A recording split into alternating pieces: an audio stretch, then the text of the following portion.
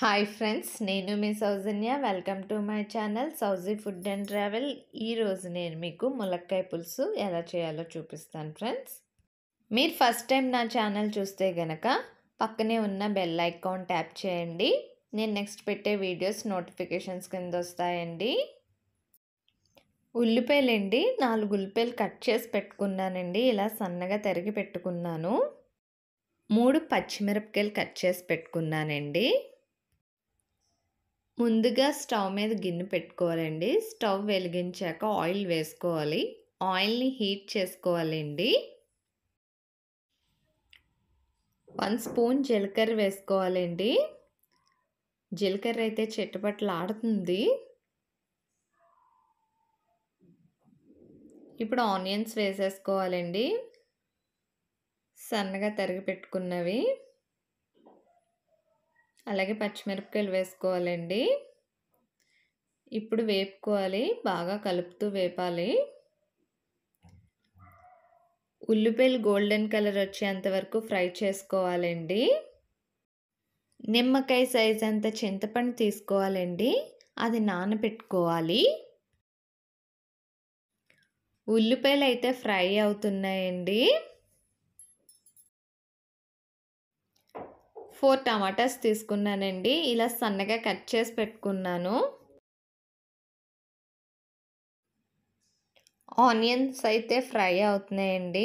ఇప్పుడు మనం ములక్కాయలు వేసేసుకోవాలండి. వేసుకొని బాగా కలుపుకోవాలి. బాగా ఫ్రై చేసుకోవాలండి. ములక్కాయలు వేసాక 3 ములక్కాయలు తీసుకున్నానండి నేను. ఇలా కట్ చేశాను. ఇప్పుడు టమాటా వేసేసుకోవాలండి. వేసుకొని ఫ్రై చేసుకోవాలి. అలాగే కరివేపాకు వేసుకోవాలండి. టమాటాలు ములక్కాయలు వేసుకున్నాం కదండి, కాసేపు మగ్గనిద్దాం.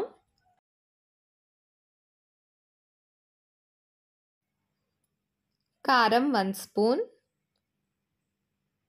పసుపు 1/2 టీ స్పూన్,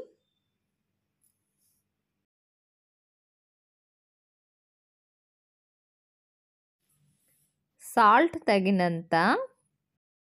ఇప్పుడు బాగా కలుపుకోవాలండి. పసుపు, కారం, ఉప్పు ముక్కలకు పట్టే విధంగా.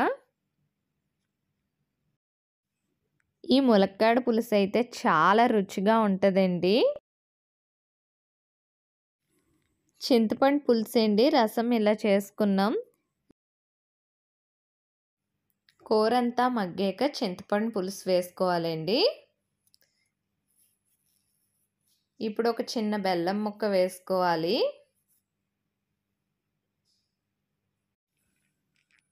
బాగా కలుపుకోవాలండి. కొత్తిమీర అండి, కొత్తిమీర వేసేసుకోవాలండి. వేసుకొని మూత పెట్టేసేయాలి. ఒక 20 నిమిషాలు ఉడికిద్దాం. ఇందాక మూత పెట్టాం కదండి, ఇప్పుడు తీసుకొని చూసుకుందాం కూర ఎలా ఉందో. కూర అయితే ఉడుకుతుందండి.